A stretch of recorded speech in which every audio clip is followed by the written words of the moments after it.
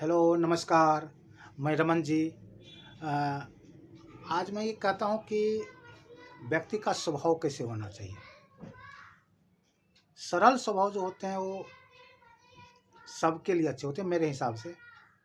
निर्मल होना चाहिए कि हम जैसे भीतर हैं वैसे ही बाहर यदि रहते हैं तो यानी उन व्यक्ति को कहता है कि ये मतलब बिल्कुल शीशे की तरह ये व्यक्ति है। और बहुत ऐसे आदमी होते हैं कि अंदर कुछ और होता है, बाहर कुछ और होता है, तो उस व्यक्ति को समझना भी मुश्किल हो जाता है। तो यानी इसलिए स्वभाव जो हो सरल हो, विनम्र हो तो होता। कहता है कि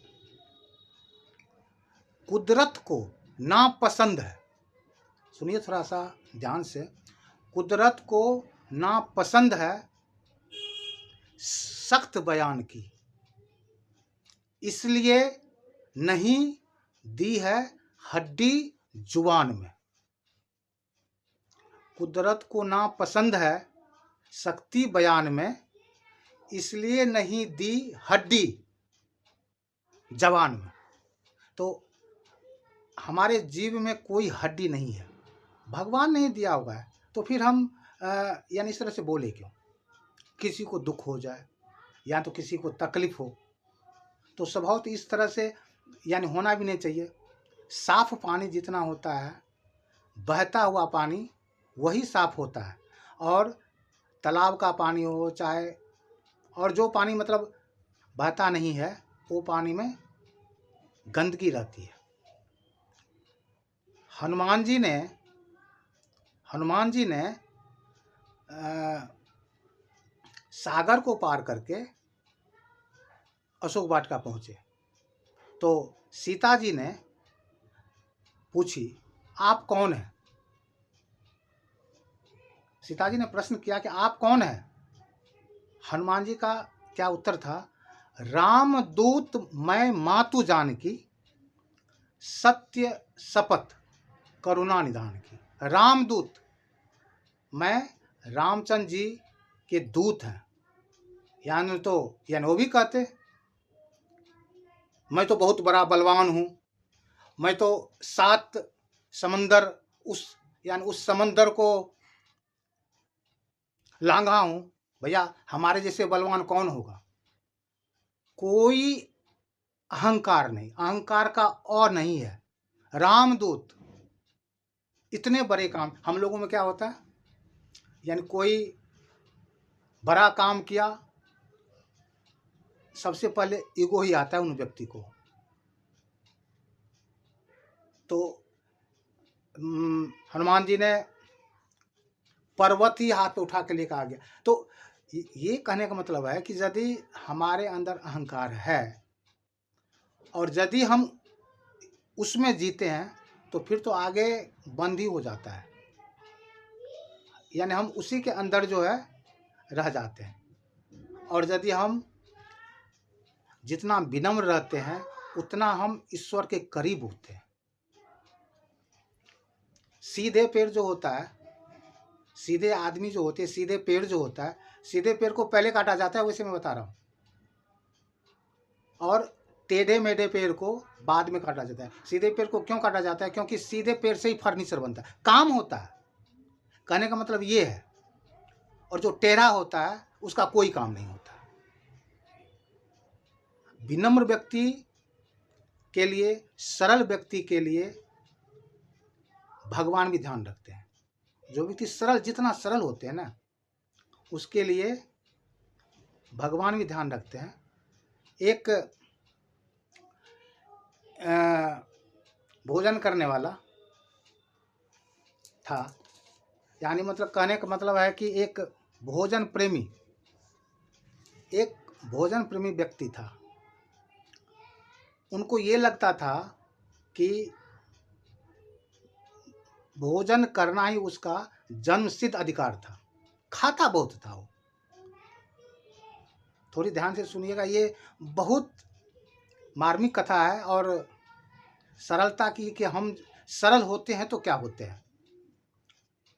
खाता बहुत था 5 आदमी का खाना वो यानी अकेला खा जाता था। यानी एक बार कहीं खाने के लिए गया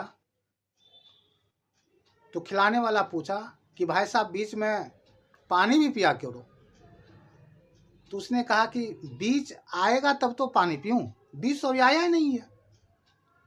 इतना खाता था।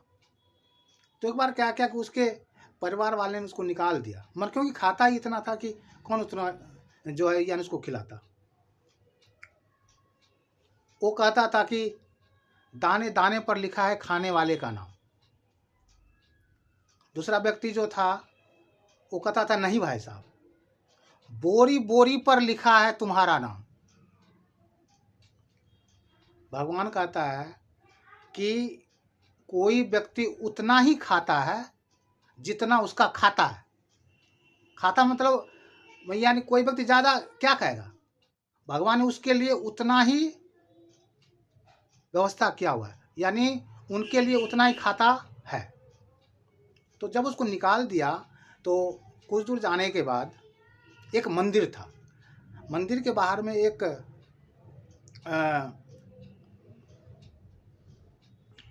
ज्ञानी पुरुष जो उस मंदिर के पुजारी थे बाहर में बैठे हुए थे। बहुत मोटा तगड़ा एकदम इतना बड़ा पेट बाहर निकला हुआ ऐसे करके बैठे हुए थे। उसने उसको देखा, उसने सोचा कि ये तो बहुत खाते होंगे।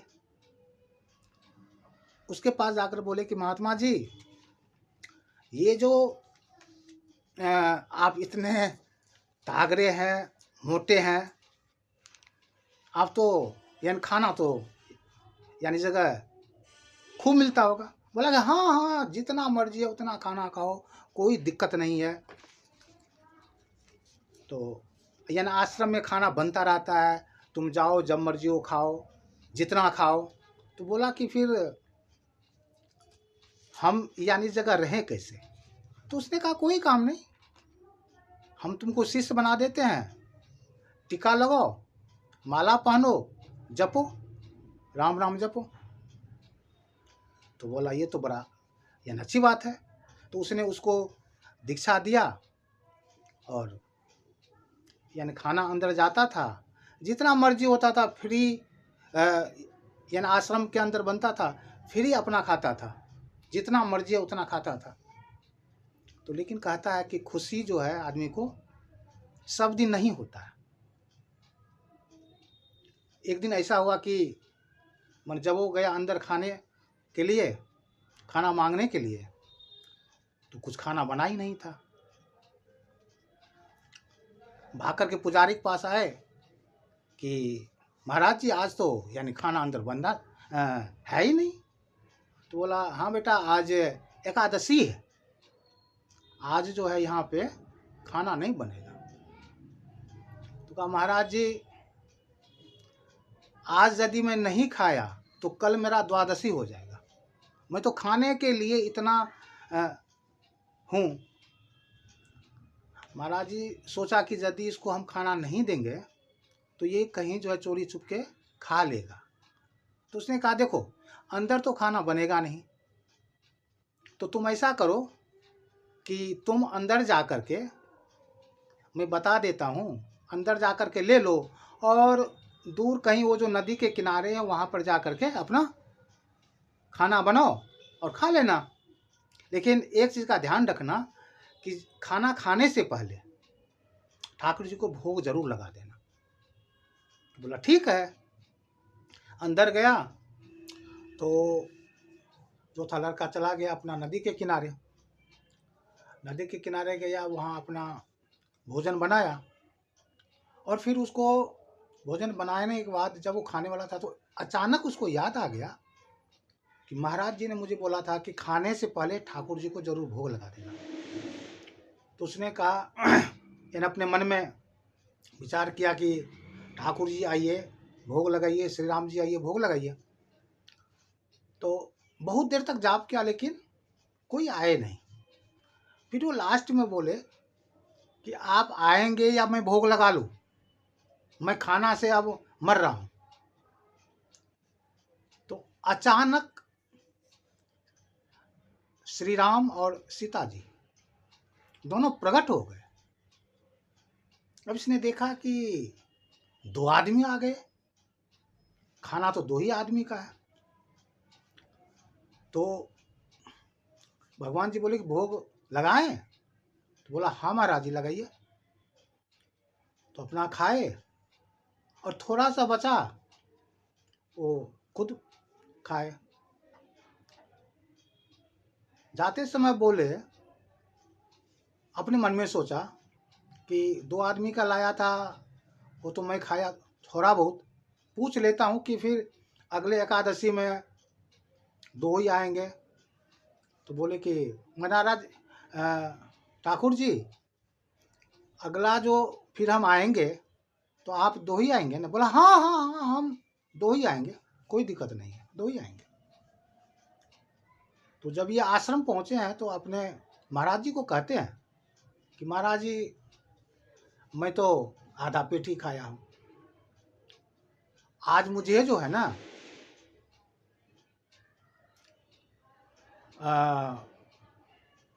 4 व्यक्ति का खाना दे दो।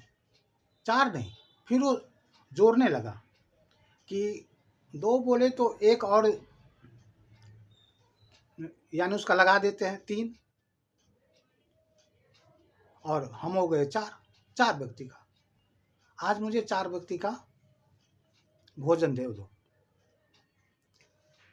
तो महाराज जी चलो, हो सकता है कि पेट ने भरा होगा, अंदर में बोल दिया कि भैया इसको 4 व्यक्ति का भोजन दे दो। 4 व्यक्ति को लेकर, मन 4 व्यक्ति का लेकर गए, फिर भोजन बनाए, फिर अपना ठाकुर जी को याद किए कि ठाकुर जी आइए भोग लगाइए। तो इस बार जो है प्रभु श्री राम, सीता जी, लक्ष्मण जी और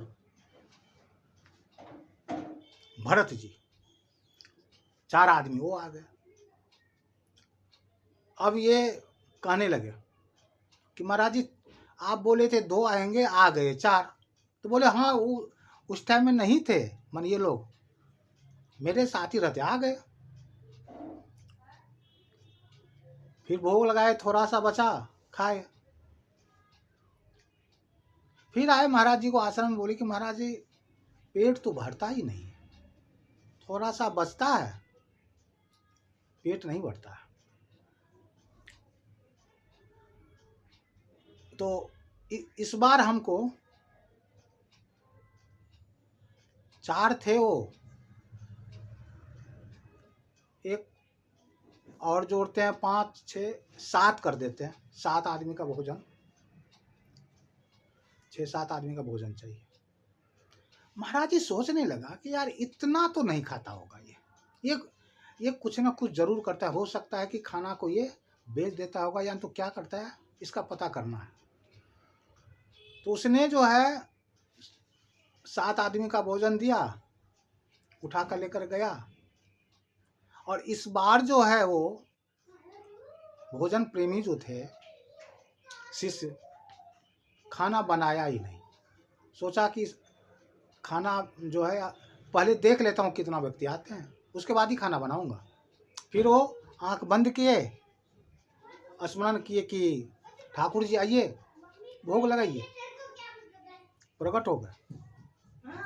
और इधर महाराज जी के मन में जब ये हुआ, शंका हुआ, उत्पन्न हुआ, तो महाराज जी उसके पीछे पीछे गए और छुप करके कहीं पर बैठ गए थे, देखने के लिए कि आखिर ये करता क्या। तो जब उस दिन जो आए थे 6 आदमी आए थे, कौन कौन? प्रभु श्री राम, सीता जी, लक्ष्मण जी, भरत जी, शत्रुघ्न जी और हनुमान जी, 7 आदमी यानी वो लोग आ गए थे।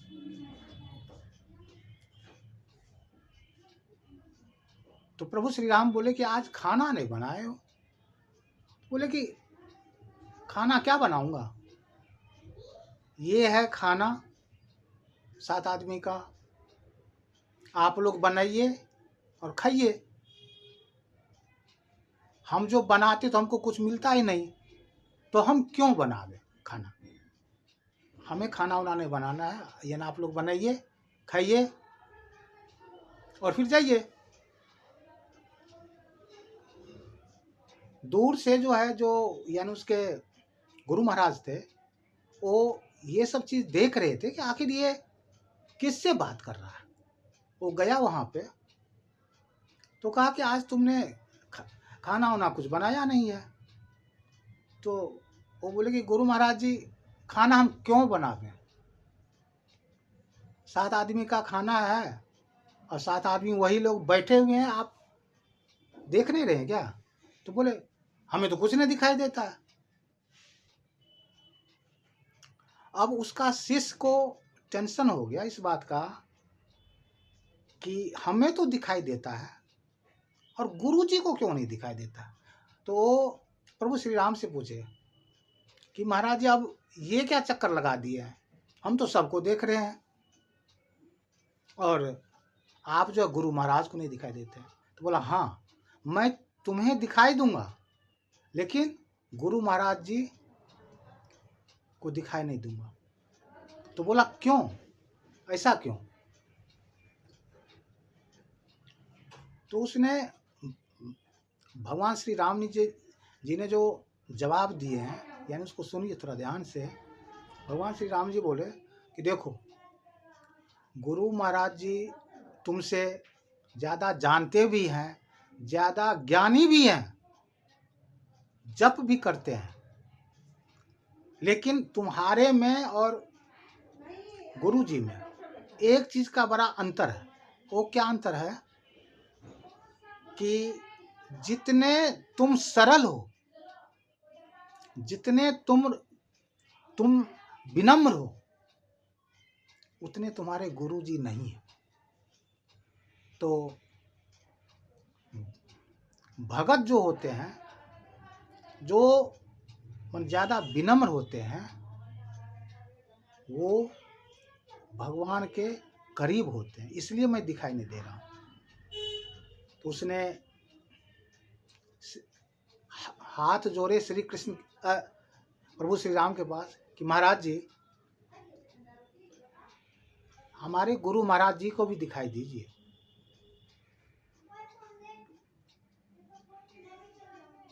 तो भगवान ने वहाँ पे शिष्य ने जो कहा उसका बात माना, क्योंकि भगवान भक्त के अधीन होते हैं। तो फिर उसने जो है गुरुजी को भी दिखाई दिए।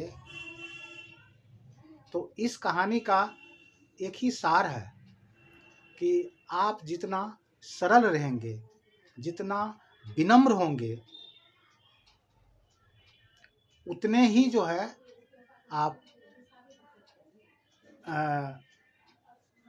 भगवान के करीब होंगे।